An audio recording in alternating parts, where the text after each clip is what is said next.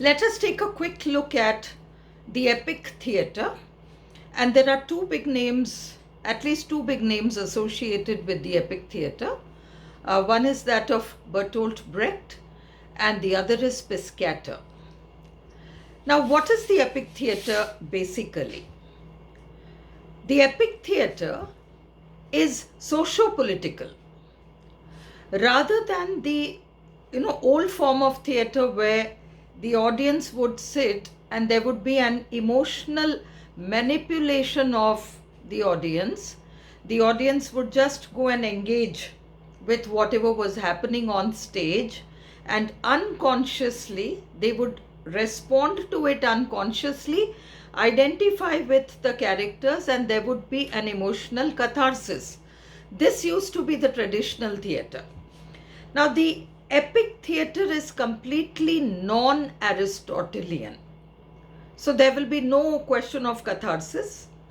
There will be no question of identifying with the characters on stage. And so it is a non-Aristotelian theatre. And so this Epic Theatre had some techniques or conventions. One of them is very well known. It is what is associated with Brecht and known as the V effect. The V effect is all about alienation, about distancing.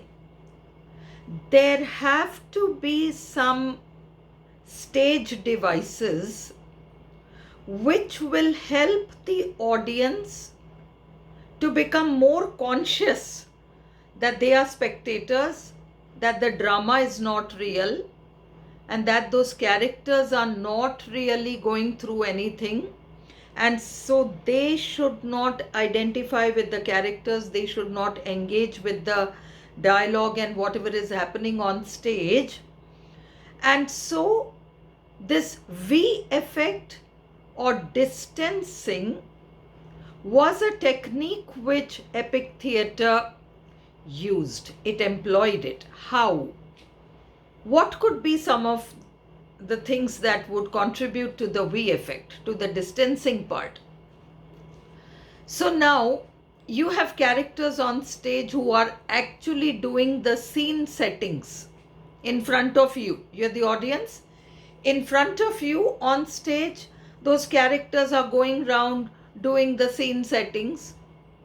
So now it is not discrete.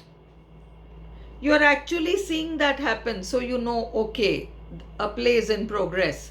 Something is happening. You're not able to identify. Similarly, suppose you have female characters playing male roles. It will become very obvious. You'll be able to recognize that it's a female. Through some form you'll be able to recognize. Again, that contributes to distancing. Distancing means to make that thing look unreal, somehow unreal or unnatural, that kind of a thing. Another thing which could contribute to distancing would be to have one character playing multiple roles. So you recognize, oh, this person was there in that role earlier and now he or she is appearing in this role now. That too helps you to become more conscious, and you're not going to identify with whatever is going on stage. Another important convention which the Epic Theatre employed was what is known as breaking the fourth wall. Normally, when a character is on stage or when characters are on stage, they talk as if they are talking within four walls. Actually, there are three sides to the theatre and the fourth side is occupied by the audience.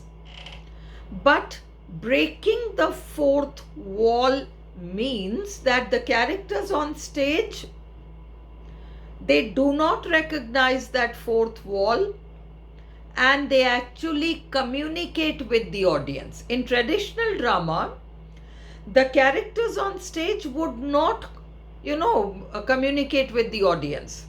because there is supposed to be an unseen wall. The characters on stage are not supposed to know that there is an audience out there. So there was an imaginary fourth wall.